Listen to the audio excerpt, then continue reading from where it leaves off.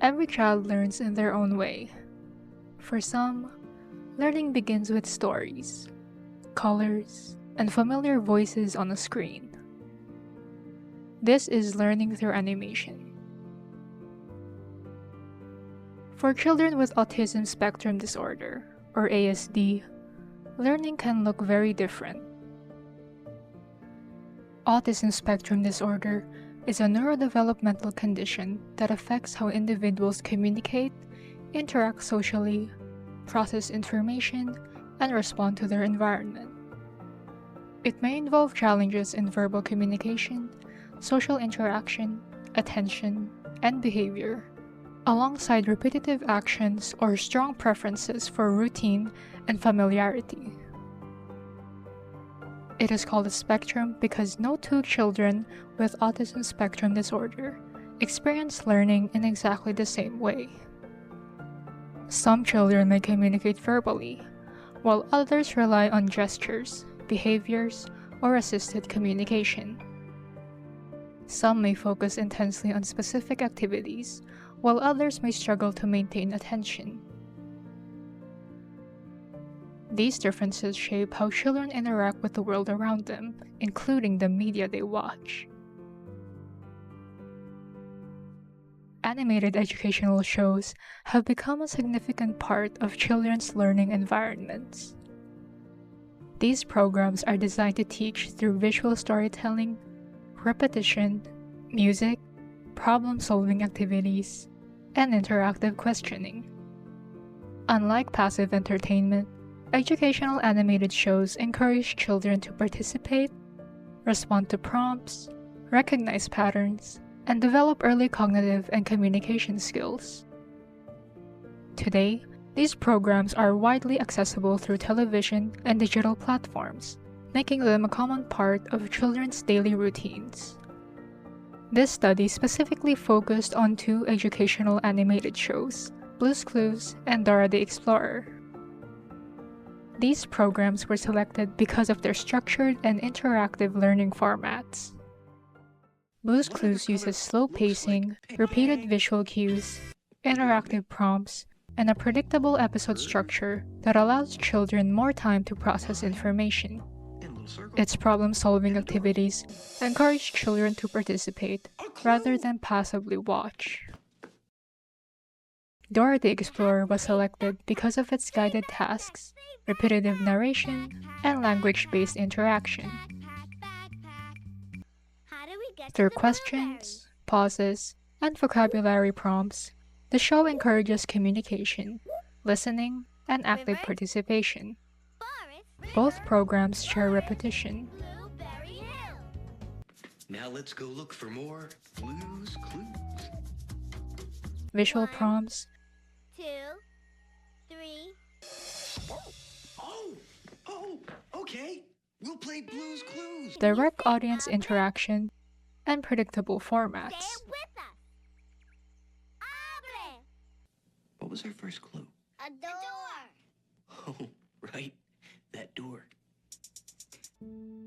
Features often considered beneficial for children with autism spectrum disorder who may respond well to structured learning environments.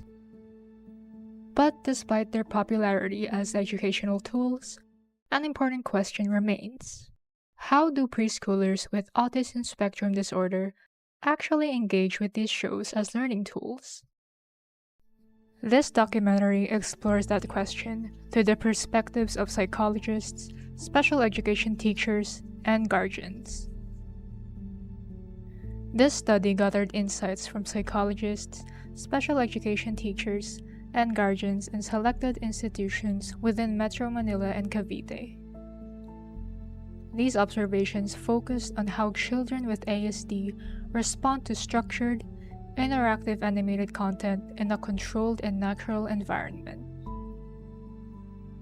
Across participants, engagement was assessed through attention span, responsiveness, and behavioral changes during viewing. One of the most consistent findings across professionals is that engagement among preschoolers with ASD varies widely and is often inconsistent. When we say Kasi children with ASD spectrum eh. So, hindi siya one size fits all. Kasi yung challenges nila is iba sa typical. So, ayun. So, meron po silang struggles. Mostly sa attention, joint attention, sustained attention. Baksak sila dun eh. Nakita ko yung sign na very limited yung focus nila doon sa panonood ng Blue's Clues and Dora the Explorer. They were able naman to get engaged with it, pero nahihirapan sila sa focus. And then they tend to play another toy. Some children demonstrated brief hyper-focus on visual and auditory stimuli, while others shifted attention frequently or disengaged entirely within seconds. Engagement often depended on sensory preferences such as sound intensity, color vibrancy, and pacing of the content. Minsan kasi palipat-lipat yan ang pinanonood kaya pero pinanonood naman niya yung Blue's Clues. This pattern of shifting attention is not only observed in structured settings, but also at home. Despite variability in attention, some learning-related behaviors were observed, including imitation, echolalia, and limited verbal responses. Mahilig siya manggaya, magaling kumanta yan. Galing din magbilang, basta lahat ginagaya niya, basta gusto niya. Di ba mahilig nga sila sa repetition? So yung mga may part sila na gustong ulit-ulitin. Napansin ko kay Pito na inuulit niya yung video from the start or may certain point of the video na inuulit niya. Pero I've seen, especially si P1, yung sa girl, mas mas nagkaroon ng echolalia. Yung echolalia is a symptom of ASD, autism, kung saan inuulit nila yung sounds, no? Diba merong song doon na backpack. Mas inulit niya ng inulit yon compared with the rest of the children. Imitation was more commonly observed than spontaneous verbal communication. Children often responded when prompted, but rarely initiated interaction independently. This suggests that imitation plays a key role in how children with ASD interact with animated content. The structure of animated shows plays a critical role in engagement. Programs like Blue's Clues and Dora the Explorer use repetition, pauses, and guided questions to support learning. However, these same features can either support or limit engagement depending on the child's processing ability.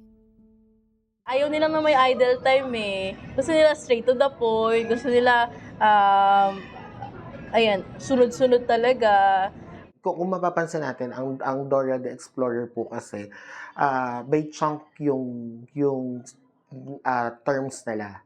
And yung bata, through that chunk of words, ay magre-respond din siya. Okay? So, kumbaga, doon nakukuha yung attention ng individual through that chunking. While repetition supports memory and familiarity, pauses and question-based formats may challenge children with ASD due to difficulties in comprehension and processing. A major insight across all participants is that animated shows alone are not sufficient as learning tools. Adult mediation is essential.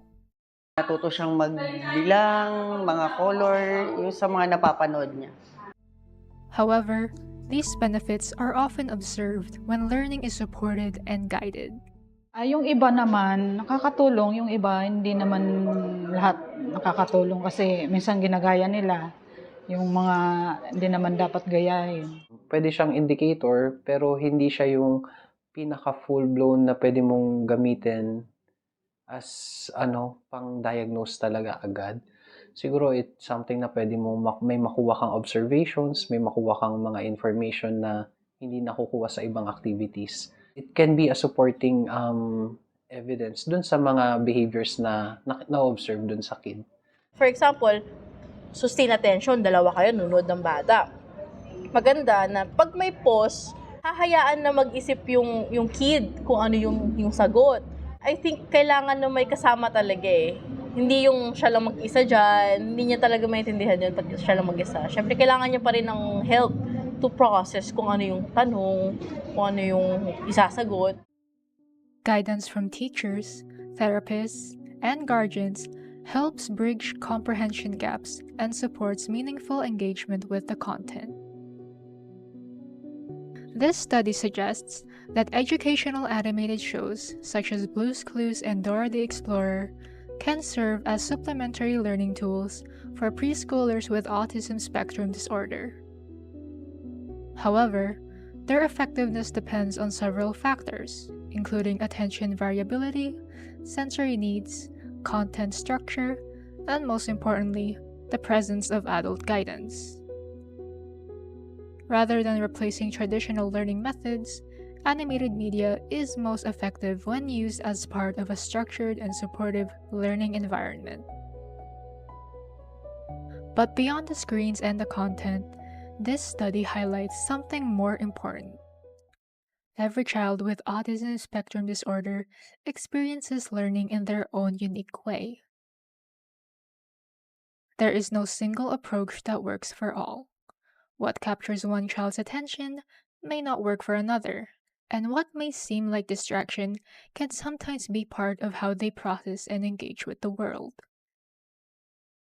By understanding these differences, educators, caregivers, and content creators can move toward more inclusive and responsive learning approaches. Because in the end, it is not just about how children watch, but how they are understood.